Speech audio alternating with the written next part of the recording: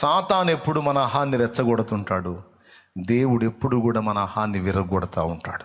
ఎందుకు అహం ఇంత అరిష్టం అంటే, అహము కలిగి ఉన్న వాళ్ళని నాశనం చేస్తుంది. ఇంకా చెప్పాలంటే అహము మనల్ని దేవుడు ఆశీర్వదించకుండా, దేవుడు వాడుకోకుండా అడ్డుపడతా ఉంటుంది అహం.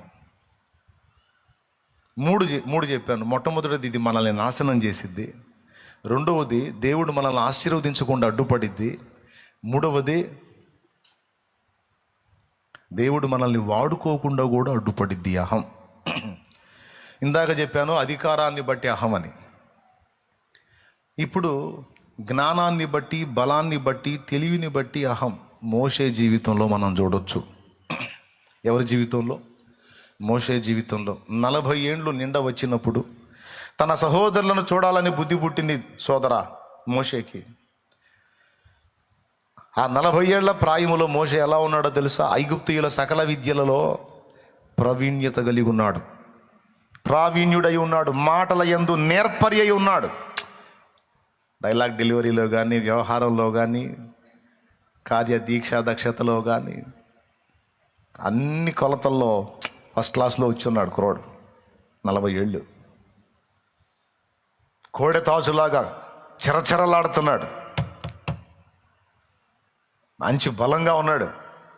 ఒకే ఒక్క దెబ్బకి ఒకటి చంపి ఇసుకలో పూడ్చిపెట్టాడు. అంత బలంగా ఉన్నాడు.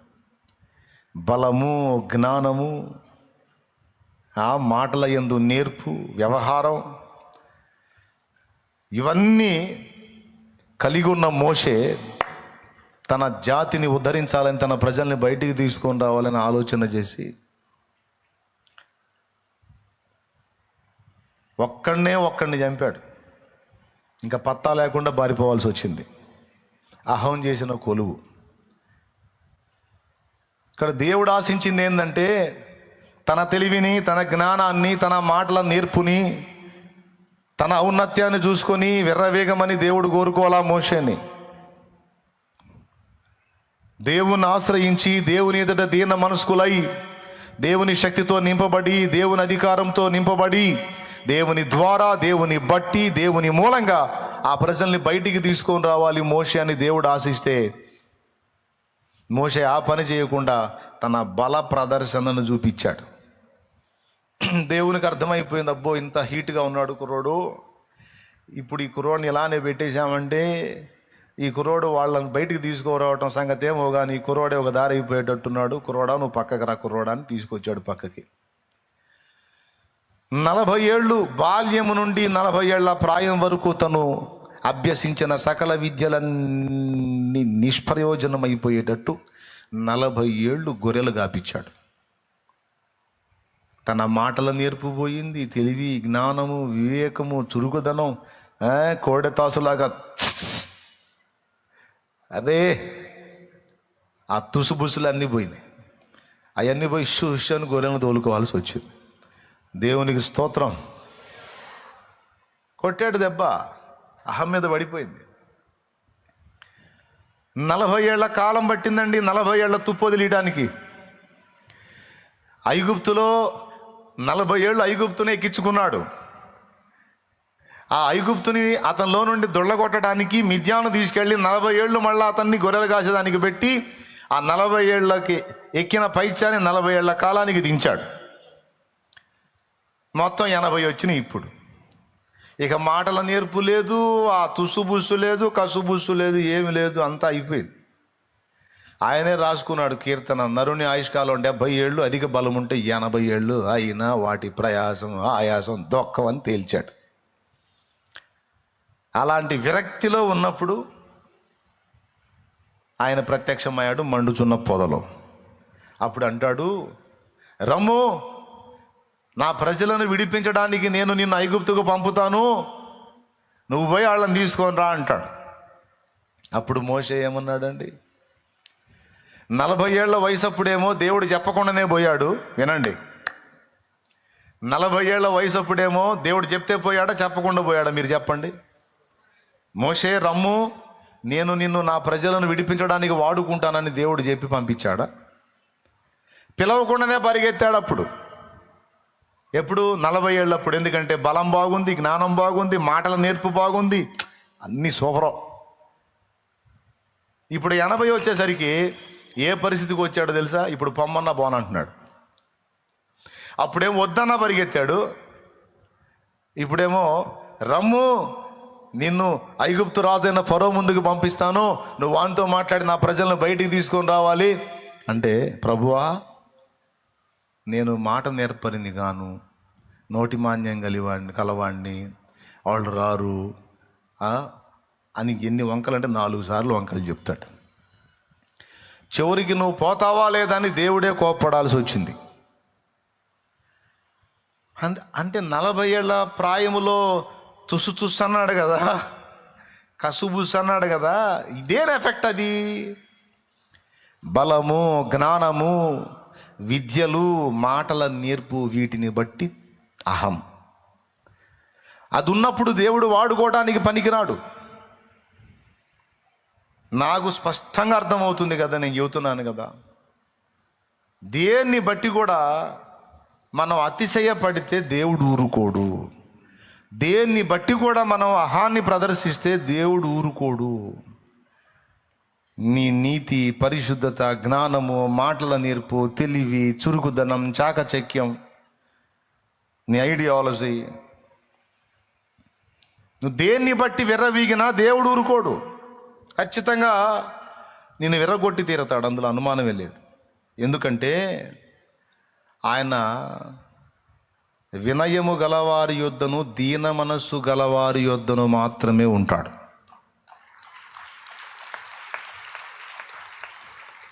ఇక వినయము, దీన మనసు అంటే ఇంకా ఎక్కడా కూడా అహం లేదు, అన్నీ విరిగిపోయినట్టు. అదే కదా మనం 2 సార్లు పాటల్లో పాడుకుంటాం. విరిగిన దానిని కోరదు లోకం, విరుగని చోని దృష్టిలో శూన్యం. దేవునికి మహిమ, దేవునికి మహిమ. మనం కూడా పాడుకున్నాం. విరిగిన దానిని లోకంలో ఎవరు కోరుకుంటారు, విరిగిన మనసును వాడుకుని నీతో ఎవరు సరిరారు. విరిగిన దానిని లోకంలో ఎవరు కోరుకుంటారు, విరిగిన మనసును వాడుకుని నీతో ఎవరు సరిరారు. దీనులను జ్ఞానులుగా శ్రీమంతులుగా మార్చగలిగిన మంచి దేవుడవు నీవే యేసయ్యా.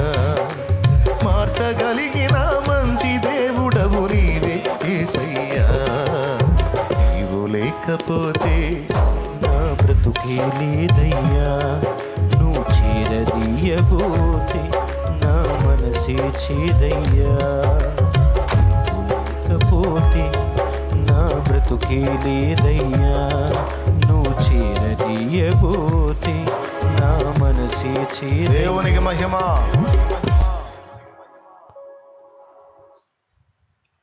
ఇప్పుడు ఏం చేయాల్సి వచ్చింది? మోషేని దేవుడు విరగొట్టాల్సి వచ్చింది, నలగొట్టాల్సి వచ్చింది. ఎందుకు? దీనుని చేయాలి. నువ్వు దేన్ని బట్టి విర్రవీగినా దేవుడికి నచ్చదు.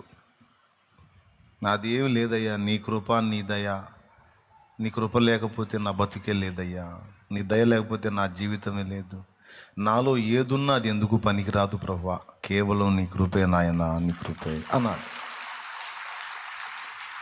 దేవుని ముందే కాదు, ఇతరులతో వ్యవహరించేటప్పుడు కూడా మనకు ఆ మైండే ఉండాలి.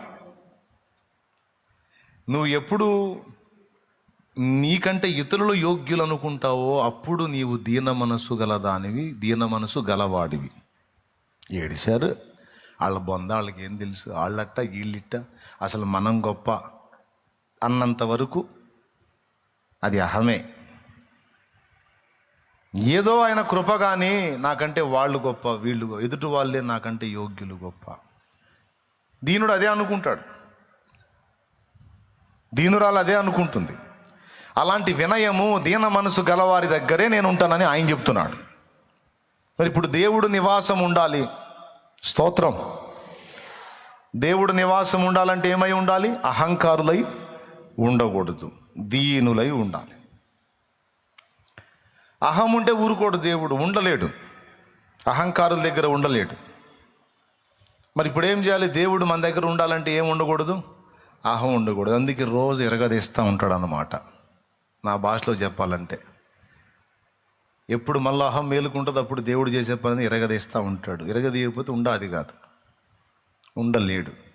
అందుకే విరగొట్టడం, దీనులు చేయటం ఉంటాం మన దగ్గర. మోషేని వాడుకోవటానికి అహం అడ్డుపడింది. అందుకే 40 ఏళ్ళు దాన్ని విరగొట్టి ఖాళీ పాత్రను చేసి చివరికి మోషేని దీనుణ్ణి చేసి నా వల్ల కాదు నాయనా అన్న స్థితికి తీసుకొచ్చి, ఎప్పుడైతే నా వల్ల కాదు అని తన అయోగ్యతను ప్రకటించాడో అప్పుడు అన్నాడు, ఇదిగో నేను నీకు తోడై ఉన్నాను, నేను నీకు తోడుగా ఉంటాను. ఇప్పుడు అర్థమైపోయిందిగా నువ్వేం చేయలేవని, నీ దగ్గర ఏం లేదని. ఆనాడేమో నేను వద్దన్నా పరిగెత్తావు, ఇప్పుడు పొమ్మన్నా పోవట్లేదు. అంటే నీ అయోగ్యత, నీ అనర్హత, నీ బలహీనత, నీ చేతగానితనం, నీ అసమర్థత నీకు అర్థమైంది. నేను ఎవరినైనా వాడుకోవాలనుకుంటే వానికి ముందు ఇది అర్థమై ఉండాలి. నేను ఎవరినైనా వాడుకోవాలంటే, నేను ఎవరిని వాడుకోవాలనుకున్నానో సదరు వ్యక్తికి ఈ విషయాలు అర్థమై ఉండాలి. అప్పుడే నేను వాడుకుంటా. నేను కూడా కొంచెం పర్వాలేదు, నాకు కూడా కొంచెం జ్ఞానం ఉంది, నేను కూడా కొంచెం పరిశుద్ధుడినే, నేను కూడా కొంచెం నీతి గలవాడినే, నేను కూడా కొంచెం పర్వాలేదు అని కాదు. తానెంత బలహీనుడో, అయోగ్యుడో, అపాత్రుడో, అనర్హుడో, బలహీనుడో ఎవడు గుర్తిస్తాడో వానిని వాడుకుంటాను నేను. స్త్రీ అయినా పురుషుడైనా వీటిని గుర్తించిన వాళ్ళని దేవుడు వాడుకుంటాడు. వీటిని గుర్తించకపోతే దేవుడు వాడుకోలేడు. ఎందుకంటే వీళ్ళు అహంతో విర్రవీగుతారు, దెబ్బతింటారు. ఒకవేళ దేవుడు నన్ను వాడుకోవాలి, దేవా నన్ను వాడుకో నాయనా వాడుకో అని ప్రార్థన చేస్తుంటారు కదా కొంతమంది. చిత్రం ఏందో, మీలో కొంతమంది ఈ విధమైన ప్రార్థన ఎప్పుడైతే మొదలు పెట్టారో అప్పుడు మీకు అగచాట్లు స్టార్ట్ అయినాయి. దేవా నన్ను నీ కొరకు వాడుకో అని నువ్వు ప్రార్థన చేయకముందు నీకే గొడవ లేదు. నేను చెప్పిన దాన్ని కొంచెం ఆలోచించి చూడండి, నిజమో కాదో మీకే అర్థమైద్ది. దేవా నన్ను నీ కొరకు వాడుకోయ్యా, నన్ను నీ కొరకు వాడుకో ప్రభువా, 10 మంది రక్షణ కొరకు నన్ను వాడుకోయ్యా, అనేకులకు దీపంగా నన్ను వెలిగించయ్యా, అనేకులకు ఆశీర్వాద కారణంగా నన్ను చేయయ్యా అని ఎప్పుడైతే నువ్వు ప్రార్థన చేయటం మొదలు పెట్టావో అప్పుడు నీకు స్టార్ట్ అయింది అగచాట్ల పర్వం. ఇబ్బందుల కొలిమి స్టార్ట్ అయింది, శ్రమల కొలిమి స్టార్ట్ అయింది, నిందల పర్వం స్టార్ట్ అయింది, వ్యతిరేకతలు స్టార్ట్ అయినాయి, శోధనలు స్టార్ట్ అయినాయి, అన్నీ వచ్చినాయి. అన్నీ కావాలి, కొన్నైనా వచ్చి ఉంటాయి. నీకు ఆశ్చర్యం, వాడుకోమంటే ఈ బాధలేందని. అంటే దేవుడు నిన్ను వాడుకోవడానికి ముందు అర్హమైన పాత్రగా తీర్చిదిద్దుకుంటాడు. అర్హమైన పాత్రగా నిన్ను తీర్చిదిద్దే ప్రక్రియలో ముందు దేవుడు చేసే పని ఏంటంటే, నిన్ను ఆయన పనికి వాడబడకుండా అడ్డగించే అహాన్ని నాశనం చేయటమే ముందు దేవుడు చేసే పని. నీలో ఆ నేను అనే స్వయాన్ని, అహాన్ని విర్రగొట్టడానికి దేవుడు రకరకాల పరిస్థితులను నీ జీవితంలోకి అనుమతించి ఆయన అనుకున్న దాన్ని నీలో సాధిస్తాడు. ఆ సాధించే ప్రక్రియలో రకరకాల పరిస్థితుల్ని, నీకు ఊహించని పరిస్థితుల్ని నీ జీవితంలోకి అనుమతించి సరిచేస్తాడు. ఆ పరిస్థితులు నీ జీవితంలోకి అనుమతిస్తున్నప్పుడు ఆ సెగ తట్టుకోలేక, ఆ కొలిమి తట్టుకోలేక నువ్వు అడుగుతావు, దేవా ఎందుకు నాకు ఈ పరిస్థితి, ఎందుకు నాకు ఈ బాధలు, ఎందుకు నాకు ఈ శ్రమలు, ఎందుకు నాకు ఈ శోధనలు నువ్వు అంటే, దేవుడు అంటాడు, నువ్వేగా ప్రార్థన చేసావు రోజు, నన్ను వాడుకో, నన్ను వాడుకో, నన్ను వాడుకొని వాడుకుందామని. వాడుకోమంటే వాడుకో నాయనా, నన్ను ఆడుకుంటున్నావేంది దేవా? నువ్వు వాడుకోవాలని ప్రార్థన చేశావు కానీ నువ్వు నాతో ఆడుకుంటున్నావేంది తండ్రి? అసలు ఏంది తండ్రి నా పరిస్థితి, ఏంది తండ్రి? ఆడుకోవట్లేదు తల్లి, ఆడుకోవట్లేదు నాన్న. వాడుకోవటానికి అర్హమైన పాత్రగా నీలో నేనుండి పని చేయడానికి అడ్డగించే అహాన్ని విర్రగొడుతున్నాను. ఎందుకంటే నువ్వు నా కార్యాన్ని నెరవేర్చాలంటే నా కృప నీకు కావాలి. ఆ కృప నీకు దొరకాలంటే అది అహంకారం ఉంటే దొరకదు, దీనులకు దొరికిద్ది.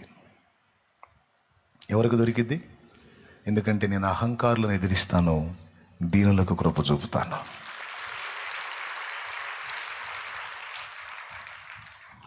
నువ్వేమో వాడుకో అని ప్రార్థన చేస్తావు. నీలోనేమో రకరకాల విషయాలను బట్టి అహం ఉంది. దాని అంతా విరగొట్టాలి. బోల్డ్ అంత పని పెట్టుకున్నా ఇప్పుడు నీ మీద. కాబట్టి నువ్వు నిమ్మళంగా ఉండు, నేను సరిచేసి వాడుకుంటాలే అంట. ఆ సరిచేసే ప్రక్రియ మోషే జీవితంలో మనం చూసాం. చివరికి ఒకప్పుడు పరిగెత్తినోడు ఇప్పుడు పొమ్మన్నా ఓటల్లా. ఇది నిర్గమాకాండం 3వ అధ్యాయంలో మీకు దొరికిద్ది. ఇంటికి పోయినావు చూసుకోవచ్చు, మీకు తెలియని స్టోరీయా. ఇక్కడ మోషే విషయంలో స్వయాన్ని విర్రగొట్టడానికి 40 ఏళ్ల కాలం తీసుకున్నాడు, విర్రగొట్టాడు. ఈ 40 ఏళ్ల ట్రైనింగ్కి మళ్ళీ 40 ఏళ్ల ఆయుష్కాలం పొడిగించి మొత్తం మీద మోషేని 40 ఏళ్ళు బలంగా వాడుకున్నాడు దేవుడు. వాడుకున్నాడు.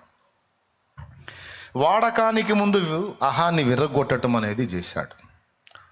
కాబట్టి అధికారాన్ని బట్టి వచ్చిన అహమే హమాను నాశనం చేసింది.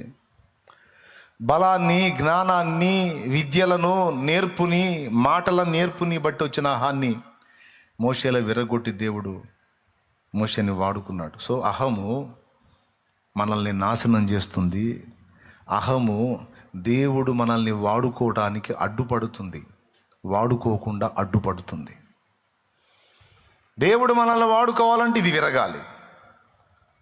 ఇది విరగాలంటే మనంతటా మనం అహాన్ని విరగొట్టుకోవడం మనకు చేత కాదు. అందుకే దేవుడే పూనుకొని కొన్ని పనులు చేపిస్తాడు, కొన్ని అనుమతిస్తాడు.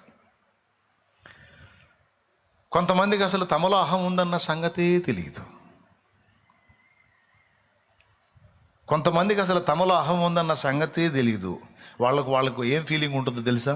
నేను చాలా దీనుణ్ణి, నేను చాలా దీనురాల్ని అనే ఫీలింగ్ కొంతమందికి ఉంటుంది. విచిత్రం ఏంటంటే నేను చాలా దీనుణ్ణి, నేను చాలా దీనురాల్ని అనుకోవటం కూడా అహమే. ఓయ్ బాబు, ఎట్టు కూడా అనుకోకూడదా? మరి అది అహమే.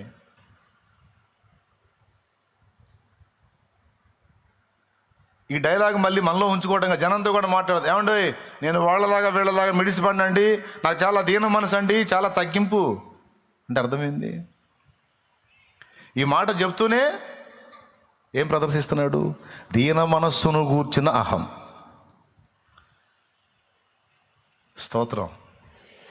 అంత సున్నితంగా ఉంటుంది మరి పరిస్థితి. కాబట్టి ఇప్పుడు ఎవరైనా ఒప్పుకుంటారా? నాలో అసలు ఏ అహం లేదన్నా, నేను చాలా దీనురాల్ని, దీనుడిని అన్నోళ్ళు చేతులు ఎత్తండి. అబ్బా, గ్రాండ్ సక్సెస్. క్లియర్గా అర్థమైంది మీకు నేను చెప్పింది. లేదన్నా, ఎంత కాదన్నా ఏదో ఒక పాయింట్లో నాకు ఉందన్నా, ఉందన్నా అన్నోళ్ళు చేతులు ఎత్తండి. అబ్బా, దేవునికి స్తోత్రం కలుగును గాక. హల్లెలూయా. సేవకులు ఏమంటారు? ఉందా? అది ఉంటుంది. అస్సలు లేకపోవటానికి మనం ఏమన్నా ఆదాం రక్తం కాదా? అయింది మంది ఒరిజినల్ ఆదాం బ్లడ్ మంది. మనకు లేకపోతే ఊరుకుంటుంది, అందరికీ ఉంటుంది. మాసిలామణయ్య గారు అదే పాడాడు.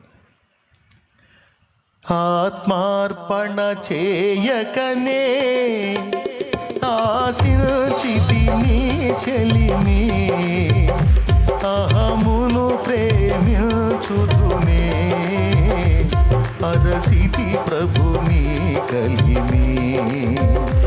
ఆత్మార్పణ చేయకనే ఆశించితి నీ చెలిమి, అహమును ప్రేమించుచునే అరసితి ప్రభుని కలిమి. ఆశా నిరాశాయే ఆవేదనెదుర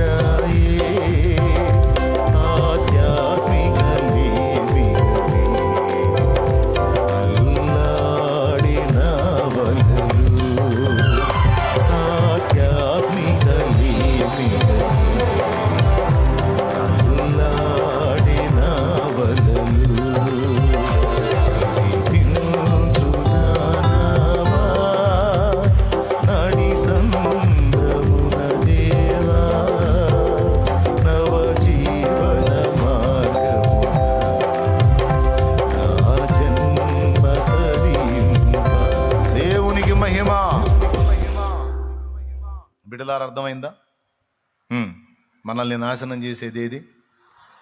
కాబట్టి అధికారాన్ని బట్టైనా, ధనాన్ని బట్టైనా, జ్ఞానాన్ని బట్టైనా, అందాన్ని బట్టైనా, బలాన్ని బట్టైనా, కులాన్ని బట్టైనా, కొంతమందికి కులం విషయంలో ఏం గర్వమో గర్వం. అది మళ్ళా అబద్ధం. కులం నిజం కాదు, మానవ కపోల కల్పితం. అది దాన్ని పట్టుకొని ఒకడు ఏం విర్రవీగుతున్నాడో నాయన. మళ్ళీ ఇంతసేటు విర్రవీగేవాడు బొందలగడ్డలో పోతే ఏ పుర్రి ఏ కులందో ఎవడు చెప్పలేడు. పుర్రెల మీద ఏమన్నా రాసి ఉంటుందా? మేము ఫలానా ఆసు పీస్ అని ఏముండదుగా. కులాన్ని బట్టి గర్వం. కొంతమంది తగులుతారు నాకు, వాళ్ళు టచ్ అయ్యారంటే ఖచ్చితంగా ఏదో ఒక టైంలో ఆ క్యాస్ట్ పేరు తెస్తారు నా దగ్గర. తేనంత వరకు ఒక రెస్పెక్ట్ తెచ్చినాక నేను జంపాడు నుంచి. ఇక గజ్జోళ్ళని చూసినట్టు ఫీల్ అవుతాను నేను. గజ్జి పెట్టినోడిని చూస్తే కొంచెం చెదర పుట్టిద్ది, మనకు అట్ట పుట్టిద్ది. కానీ వాళ్ళకి అది ఎక్స్పోజ్ చేయకపోతే మనశ్శాంతి ఉండదు.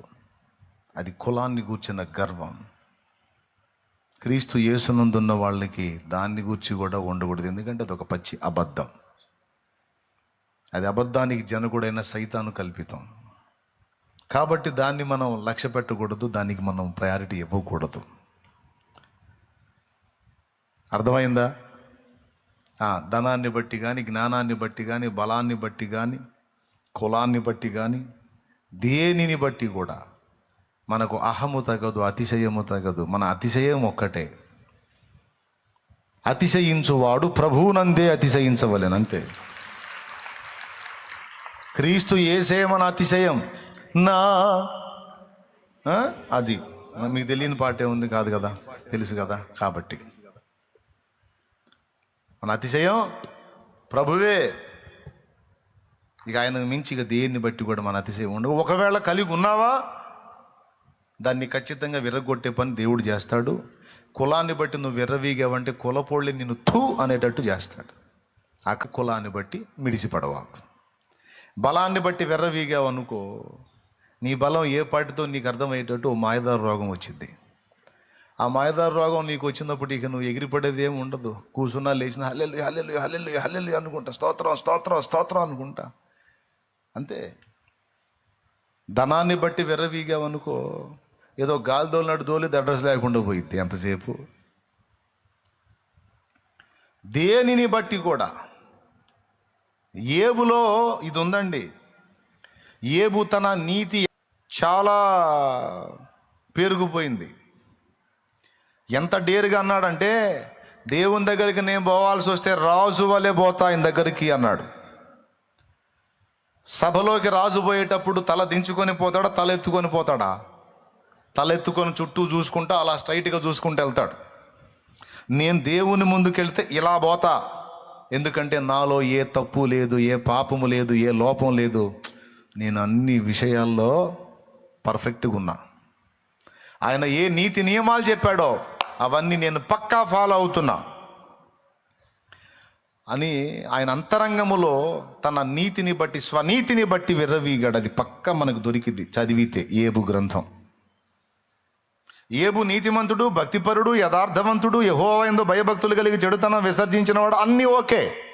కానీ వీటన్నిటిని బట్టి ఒక అహం అనేది అతనిలో పెరిగిపోయింది అనేది మాత్రం లేఖను నిగూఢంగా చూపిస్తున్న సత్యం.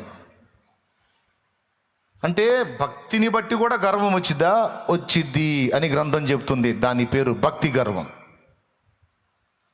ఏం గర్వం? భక్తి గర్వం. వైట్ అండ్ వైటే వేసుకొని తిరిగే వాళ్ళు కలర్ వేసుకునే వాళ్ళని పురుగుల్లా చూస్తారు. దట్ ఈజ్ భక్తి గర్వం. వైట్ అండ్ వైట్ వేసుకొని తిరిగే వాళ్ళు కలర్ వేసుకున్న వాళ్ళని చూసి, కలర్ బట్టలు వేసుకున్న పురుగులు చూసినట్టు చూస్తారు. లోకాశాలు చావాలా, వీళ్ళకి శరీరేచ్ఛలు చావాలా, కలర్ బట్టలు వేసుకొని తిరుగుతున్నారు. సరే, కలర్ వేసుకున్న వాళ్ళు దీనిలో ఉన్నారు. వైట్ అండ్ వైట్ వేసుకొని నువ్వు నేనేదో పరిశుద్ధ వస్త్రం ధరించానని నువ్వు గర్విస్తున్నావు. దేవుడు నీకెళ్ళి చూసినప్పుడు బాగా కలుం బురదలో పొల్లిన పందిని చూసినట్టు మొహం, మనం బాగా బురదలో పొల్లిన పందిని చూసి మొహం ఎట్ట పెట్టుకుంటాం? ఆప్యాయంగా పెడతామా? పందిని చూసి ఆహా అని పెడతామా? లేదా ఫేస్ ఎట్ట పెడతామండి పందిని చూస్తే? ఎట్ట బెటరా? ఏం ఫీలింగ్ ఉండదా? అట్ట పెడతారా? ఫేస్ ఎట్ట పెడతారు చెప్పొచ్చుగా, అసహించుకుంటారా? అలాగే భక్తి గర్వంతో విర్రవీగే వాళ్ళ మొఖాలు చూసినప్పుడు దేవునికి ఆ పందిని చూసిన ఫీలింగే వచ్చింది. ఎందుకంటే ఇక్కడ గర్వాన్ని ఒప్పుకోడు, అహాన్ని ఒప్పుకోడు. కలర్ బట్టలు వేసుకున్న వాళ్ళు, వైట్ అండ్ వైట్ వేసుకున్న వాళ్ళు చూసి వాళ్ళు ఏమనుకుంటారు తెలుసు? అబ్బా వీళ్ళు పరిశుద్ధులు, నేను ఇలాంటి వేసుకున్నా, వాళ్ళు చూడు ఎంత బాగున్నారు, వైట్ అండ్ వైట్ వేసుకుని దేవదూతల్లాగున్నారని.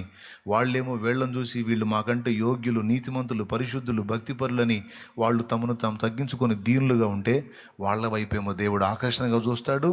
ఈ వైట్ అండ్ వైట్ వేసుకొని విర్రవీగుతున్న వీళ్ళ వైపేమో విరక్తిగా చూస్తాడు, అసహ్యంగా చూస్తాడు. ఎందుకంటే వీళ్ళ దగ్గర గర్వం కనపడింది, వాళ్ళ దగ్గర దీనత్వం కనపడింది. మీకేమైనా అర్థమైంది నేను చెప్పింది? అలాగని వైట్ అండ్ వైట్ వేసుకున్న వాళ్ళందరూ ఇలా ఉన్నారని నేను అనట్లా. మళ్ళీ ఎమ్మటే కేసు రాతారు, ఎందుకని గొడవ? దేవునికి స్తోత్రం, హల్లెలూయా, హల్లెలూయా. వైట్ అండ్ వైట్ వేసుకున్న వాళ్ళు కూడా దీనిలో ఉంటారులే. నేను చెబుతా, విర్రవీగొద్దు. నీ నీతిని బట్టి, పరిశుద్ధతను బట్టి, పవిత్రతను బట్టి, క్యారెక్టర్ని బట్టి, మంచితనాన్ని బట్టి, సాత్వికతను బట్టి, భక్తిని బట్టి, ఆత్మీయతను బట్టి విర్రవీగొద్దు. విర్రవీగితే దేవునికి అసహ్యం. నువ్వు ఎంత మంచిగా ఉన్నా సరే, నీ కృప అయ్యా, నీ కృప, నీ కృప, నీ కృప తప్ప ఏమీ లేదు ప్రభువా. నువ్వు నిలబెట్టావు కాబట్టి నిలబడ్డా, కానీ నువ్వు చేయొదిలితే ఎన్నిసార్లు పడతానో ప్రభువా. పడ్డవాళ్ళని చూసి నేను ఎందుకు తిట్టుకోవాలి నాయనా? చెడ్డవాళ్ళని చూసి నేను ఎందుకు తిట్టుకోవాలి నాయనా? ఏదో నన్ను చేతబట్టావు కాబట్టి నా బతికెట్టా సాగుతుంది, కానీ లేకపోతే నేను ఇంకా ఎంత చేదరవుతానో ప్రభువా. ఇదంతా నీ కృప నాయన, నీ దయ నాయన అనుకోవాలి. అవునా? దేనిని బట్టి కూడా విర్రవీయకూడదు. ఏబు దగ్గర అది కనపడింది. కనపడ్డందుకు అంత పని చేయాల్సి వచ్చింది దేవుడు. అన్ని విధాల ఏబుని కట్టడి చేసి దెబ్బ మీద దెబ్బ, దెబ్బ మీద దెబ్బ, దెబ్బ మీద దెబ్బ, అన్ని విధాల కొట్టి ఏబుని దీనుండి చేసి చివరికి ఏబు నోటితో ఏబే ఫస్ట్ ఏమన్నాడు? నేను ఆయన సముఖంలోనికి రాజు వలె పోయేదును అన్నాడు. బా, మహారాజు, ఏ తప్పు లేని మహారాజు. ఏబు గ్రంథము ఒకసారి తీయండి. ఆ మాట నేను చూసి నవ్వుకున్నా. 31వ అధ్యాయం 37వ వచనం. చదువు నాయనా. నా అడుగుల లెక్క ఆయనకు తెలియజేసేదను, రాజు వలె నేను ఆయన యొద్దకు వెళ్ళేదను. అదుగదుగు, రాజు వలె నేను ఆయన యొద్దకు వెళతానన్నాడు. దేవుడు ముందుకెళ్ళేటప్పుడు రాజు ఏమంటే, భూలోకంలో కోర్టులో జడ్జి గారి ముందుకు పోయేటప్పుడు అధికారులు సైతం బెండ్ అవుతారు. ఎందుకు? న్యాయాధిపతి స్థానం అది, జడ్జి ప్లేస్, అది జడ్జి గారి ప్లేసు. పోలీసు వారు వెళ్ళేటప్పుడే చాలా వినయంగా వెళ్తారు. అలాంటిది ముద్దాయి వెళ్ళేటప్పుడు ఎట్లా పోవాలి తెలుసా? ఈ చేతులు ఇలా కట్టుకొని గోడలు పైకి లేపి గిండిలన్నీ ఇక్కడ దాకా పెట్టుకొని నీట్గా గడగడగడలాడుతూ నిలబడతారు. భూలోక న్యాయాధిపతి ముందు నిలబడటానికే ఇంత వినయము, ఇంత జాగ్రత్త అవసరమైతే, అగ్ని వంటి నేత్రాలు కలిగి, అపరంజి పాదాలు కలిగి. అగ్ని వంటి నేత్రాలంటే తెలుసా? కల్మషము లేని చూపు గలవాడు, రహస్యములను చూచువాడు. అపరంజి పాదాలంటే తెలుసా? మచ్చలేని నడత కలిగిన వాడు, పరిశుద్ధుడు. ఆయన నడత పవిత్రమైనది. పాదాలు, నడతలలో లోపం లేదు. అగ్ని వంటి నేత్రాలు గలవాడు. ఆ చూపులోనే మన హృదయంలోకి చూసి మన బతుకంతా చదవగలుగుతాడు ఆయన.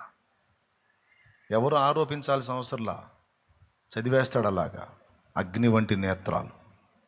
అలాంటి వాడు ముందుకు పోయేటప్పుడు ఎట్లా పోవాలి? ఈయన అంటాడు, నేను రాజులాగా పోతా అంటాడు. అంటే తలెత్తుకొని పోతా. ఎందుకు తలెత్తుకొని పోతాను తెలుసా? నా దగ్గరే తప్పు లేదు. ఆయన ఏ నీతి నియమాలు చెప్పాడో వాటన్నిటినీ నేను ఫాలో అవుతున్నా. ఆ ముక్కతో ఎవరు పోయినా, ఈ డైలాగ్తో ఎవరు పోయినా దేవుడు అనే మాట ఏంటి తెలుసా? ఆయన నీకు ఒకటి కొదువుగా ఉందనుకోండి. నువ్వు ఎన్ని విషయాలు జాగ్రత్త చేసుకొని పోయినా సరే, దేవుడు చెప్పే డైలాగ్ ఒకటి, ఆయనను నీకు ఒకటి కొదువుగా ఉందంటాడు. కాబట్టి ఆయన దగ్గర రాజు వలె బౌటంగా దీనుడుగా దీనురాలిగా చివరికి ఆయన ఏమన్నాడో తెలుసా? నన్ను నేను అసహించుకొని బూడిదలోను ధూళిలోను పడి పశ్చాత్తాపడుచున్నానన్నాడు. చివరి అధ్యాయం ఒకసారి తీసుకోండి. యోబు గ్రంథము 42వ అధ్యాయము 2వ వచనం నుంచి. నీవు సమస్త క్రియలను చేయగలవనియు నీవు ఉద్దేశించినది ఏది నిష్ఫలము కానేరదనియు నేను ఇప్పుడు తెలుసుకున్నా అంటే అంతకుముందు తెలియదు. తెలియక ఏదేదో పెద్ద పెద్ద డైలాగులు వాడా, తెలియక ఏదో పెద్ద పెద్ద మాటలు మాట్లాడా, తెలియక ఏదో పెద్ద పెద్ద ఆలోచనలు చేశా. ఇప్పుడు తెలిసింది, సిగ్గొచ్చింది. చదువు. జ్ఞానము లేని మాటల చేత ఆలోచనను నిరర్ధకము చేయి వీడెవడు? అలాగున వివేచన లేని వాడనై నేను ఏమియూ నెరుగక నా బుద్ధికి మించిన సంగతులను గురించి మాట్లాడి తిని. చూసా, ఒప్పుకున్నాడు. నా బుద్ధికి మించిన సంగతులను గురించి నేను మాట్లాడాను. దేన్ని బట్టి మాట్లాడాను? వివేచన లేకుండా. ఈ వివేచన దెబ్బతీసింది ఏది? అహం. తర్వాత ఏమంటున్నాడు చూడు. నేను మాట్లాడగోరుచున్నాను, దయచేసి నా మాట ఆలకింపు. ఒక సంగతి నిన్ను అడిగేదను, దాన్ని నాకు తెలియజెప్పుము. వినికిడి చేత నిన్ను కూర్చిన వార్త నేను వింటిని. ఇప్పుడు నేను నిన్ను కన్నులారా చూచుచున్నాను. కావున నన్ను నేను అసహించుకొని ధూళిలోను బూడిదలోను పడి పశ్చాత్తాపడుచున్నాను. చూసావా, ఒప్పుకున్నాడు.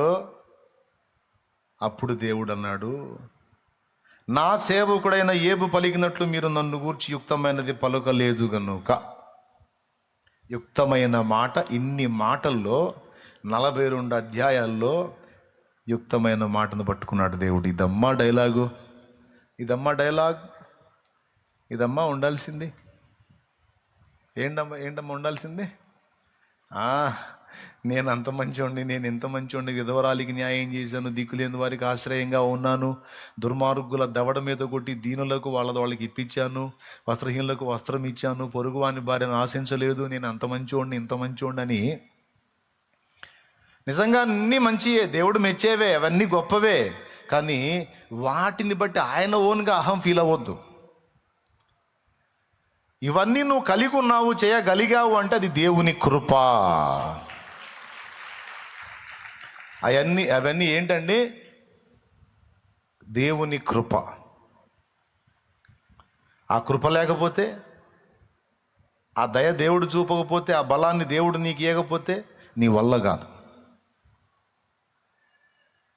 ఇప్పుడు నాకు అర్థం కాదు, అది చిన్న విషయమే కదా, దాని విషయంలో యోబును అంతసేటు తోమాలా దేవుడు?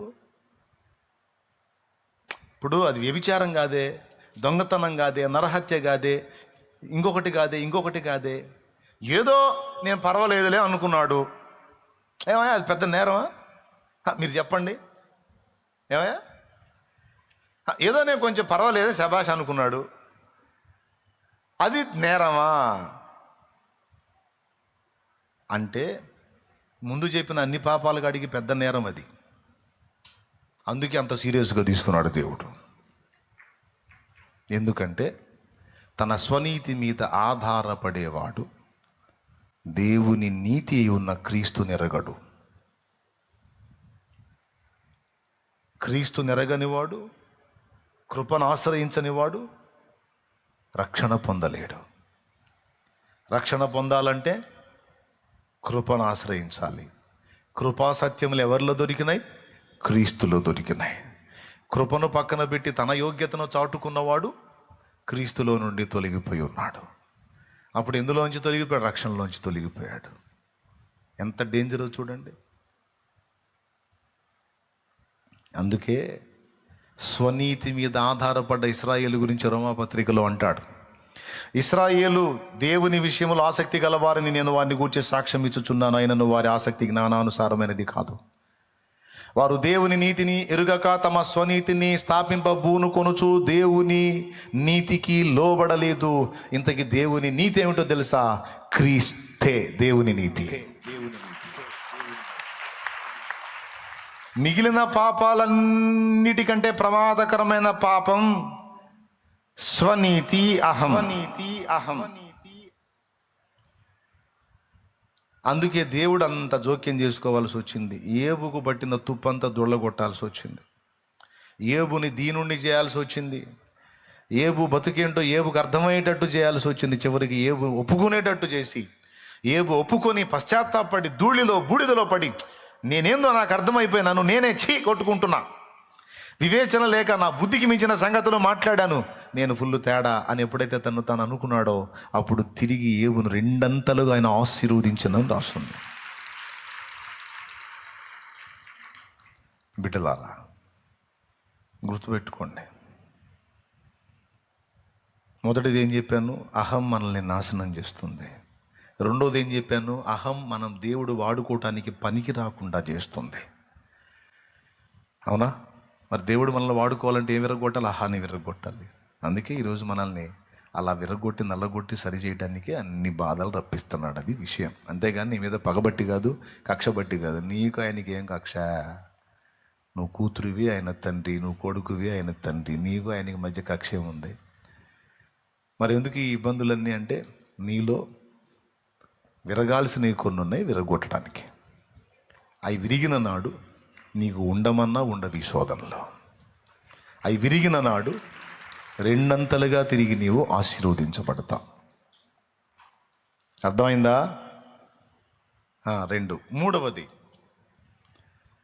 రెండవది ఏం చెప్పాను? అహం ఉంటే దేవుడు వాడుకోలేడు. మూడవది, అహం దేవుడు మనల్ని ఆశీర్వదించకుండా అడ్డుపడుతుంది. మోషే జీవితంలో చూపించాను దేవుడు వాడుకోలేడని. ఇప్పుడు ఏబు జీవితంలో చూపించాను రెండంతల దీవెన మనకి రాకుండా అడ్డగించేది అహం. అంతేకాదు యాకోబు జీవితంలో కూడా అదే జరిగింది. యాకోబు, నీవు నన్ను దీవించితేనే కానీ నిన్ను పోనీయను అని యబ్బోకు రేవు దగ్గర దూతతో పెనుగులాడినప్పుడు, దూతగా యేసయ్యలే, అక్కడ ఏం చేస్తాడో తెలుసా? తొడగూటి మీద కొట్టి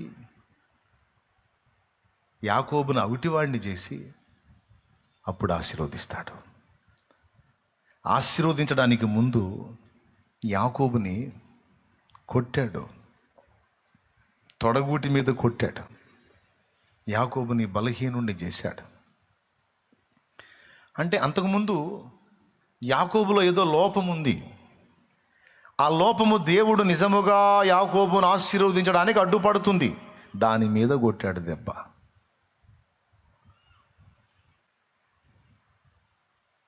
అలా యాకోబును నీవు విరచితివి, ఆనాడు ఆశీర్వదించితివి, ఇశ్రాయేలుగా మార్చితివి. అలా యాకోబును నీవు విరచితివి, ఆనాడు ఆశీర్వదించితివి, ఇశ్రాయేలుగా మార్చితివి. నీ చేతిలో రొట్టెలో నేనయ్యా, మీరు యేసయ్యా. నీ చేతిలో రొట్టెను నేనయ్యా, వీరు యేసయ్యా, వీరు యేసయ్యా. ఆశీర్వదించు యేసయ్యా, వీరు యేసయ్యా. ఆశీర్వదించు యేసయ్యా. దేవుని గొప్ప నామానికి మహిమ కలుగును గాక. హల్లెలూయా. 3 సంగతులు మీరు చెప్పండి. నేను చెప్పిన 3 సంగతులు. మొదటిది అహం, 2, 3 దేవుని ఆశీర్వాదాన్ని అడ్డగిస్తుంది, 4 దేవుడు మన దగ్గర ఉండటానికి ఇష్టపడకుండా చేస్తుంది. అహం ఉండలేడు. మన దగ్గర నివాసం ఉండాలంటే మనలో దీన మనసు ఉండాలి. అన్ని విషయాలలో విరిగిపోయి ఉండాలి. విరిగిన మనసే నీకే ప్రియము యేసునాథా. భలే పల్లవి. ఈ పల్లవి పిచ్చలైక్ నాకు పిలుస్తున్నాడు భక్తుడు. విరిగేనా మనసు వసింప రావా. పరవశింపరావా. విరగాలని ఎదురు చూసావుగా, విరిగిపోయాను. ఏ విషయంలోనూ నాకు ఇప్పుడు అహం లేదు. అన్ని విషయాలలో నా అనర్హత, నా యోగ్యత, అపాత్రత నాకు అర్థమైపోయింది. ఏదైనా ఉంటే నీ కృప తప్ప వేరేది ఏమీ లేదు నా ప్రభువా. నేను విరిగినందుననే నీవు సంతోషిస్తావు, విరక్కపోతే నువ్వు నా దగ్గర ఉండలేవు. ఉందా, నా దగ్గర నివాసం ఉండవు అని పిలుచుకుంటున్నాడు దేవుణ్ణి. బిడ్డలారా, దేవుడు నివాసం ఉండలేడు అహం ఉన్న దగ్గర. దేవుడు మన యొద్ద నివసించున్నట్లు దేవుడు మనల్ని ప్రక్షాళన చేయాల్సి ఉంది, మనల్ని విరగొట్టాల్సి ఉంది.